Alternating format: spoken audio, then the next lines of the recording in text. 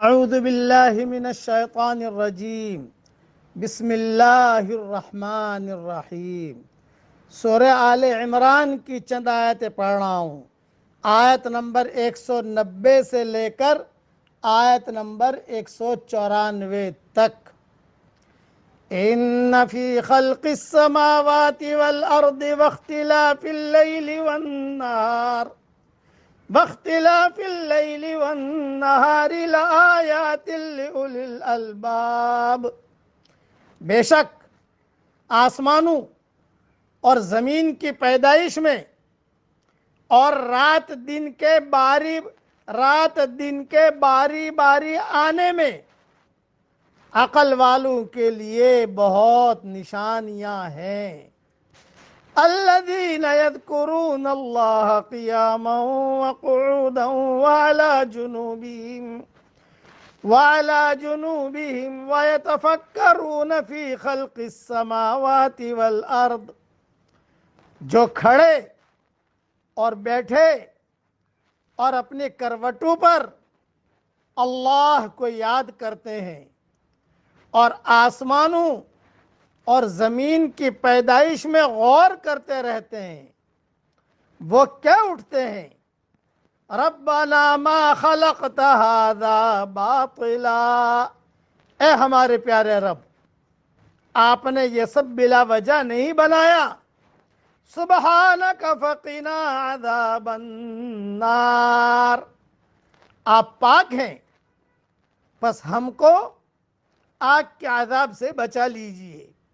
ربنا انک من تدخل النار فقد اخزیتہ، اے ہمارے پروردگار، آپ نے جس کو آگ میں ڈالا اس کو آپ نے واقعی رسوا کر دیا۔ وما للظالمین من انصار، اور ظالموں کا کوئی مددگار نہیں۔ ربنا اننا سمعنا منادیا ينادي للإيمان ان آمنوا بربكم فآمنا، اے ہمارے پیارے رب، ہم نے ایک پکارنے والے کو سنا جو ایمان کی طرف بلا رہا تھا کہ اپنے رب پر ایمان لے آؤ، پس ہم ایمان لے آئے۔ ربنا فاغفر لنا ذنوبنا، اے ہمارے رب، ہمارے گناہوں کو بخش دیجئے۔ وکفر عنا سیئاتنا، اور ہماری برائیوں کو ہم سے دور کر دیجئے۔ وتوفنا مع الابرار، اور ہمارا خاتمہ نیک لوگوں کے ساتھ فرمائیے۔ ربنا وآتنا ما وعدتنا على رسلک، اے ہمارے پیارے رب، آپ نے جو وعدے اپنے رسولوں کے ذریعے ہم سے کیے ہیں ان کو ہمارے ساتھ پورا فرما دیجئے۔ ولا تخزنا یوم القیامہ، اور قیامت کے دن ہمیں رسوائی میں نہ ڈالیے۔ انک لا تخلف المیعاد، بے شک آپ اپنے وعدے کے خلاف کرنے والے نہیں ہیں۔ یہ زبردست اللہ تعالیٰ کی معرفت اور حکمت کی آیات ہیں۔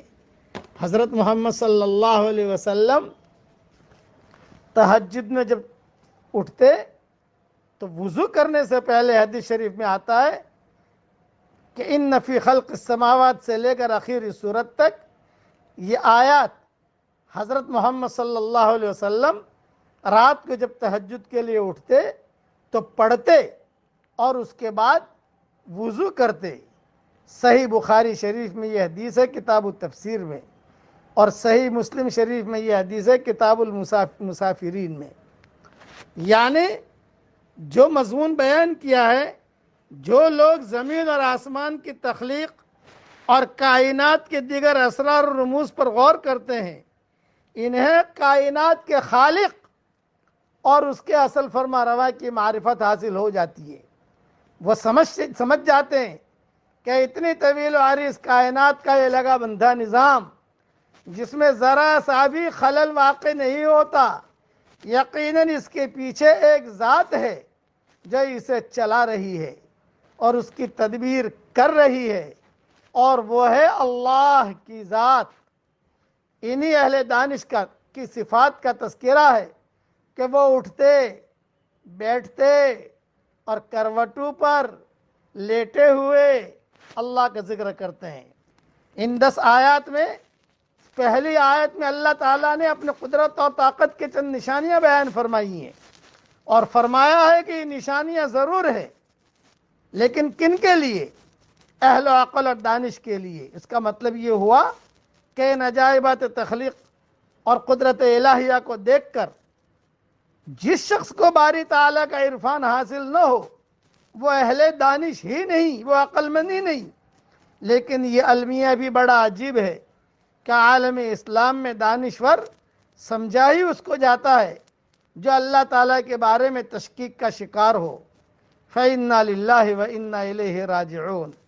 دوسری آیت میں اہل دانش کے ذوق ذکر الہی اور ان کا آسمان اور زمین کی تخلیق میں غور و فکر کرنے کا بیان ہے، جیسا کہ حدیث شریف میں بھی آتا ہے کہ حضور صلی اللہ علیہ وسلم نے فرمایا، کھڑے ہو کر نماز پڑھو، اگر کھڑے ہو کر نہیں پڑھ سکتے تو بیٹھ کر بھی نہیں پڑھ سکتے تو کروٹ کے بل لیٹے لیٹے ہی پڑھو۔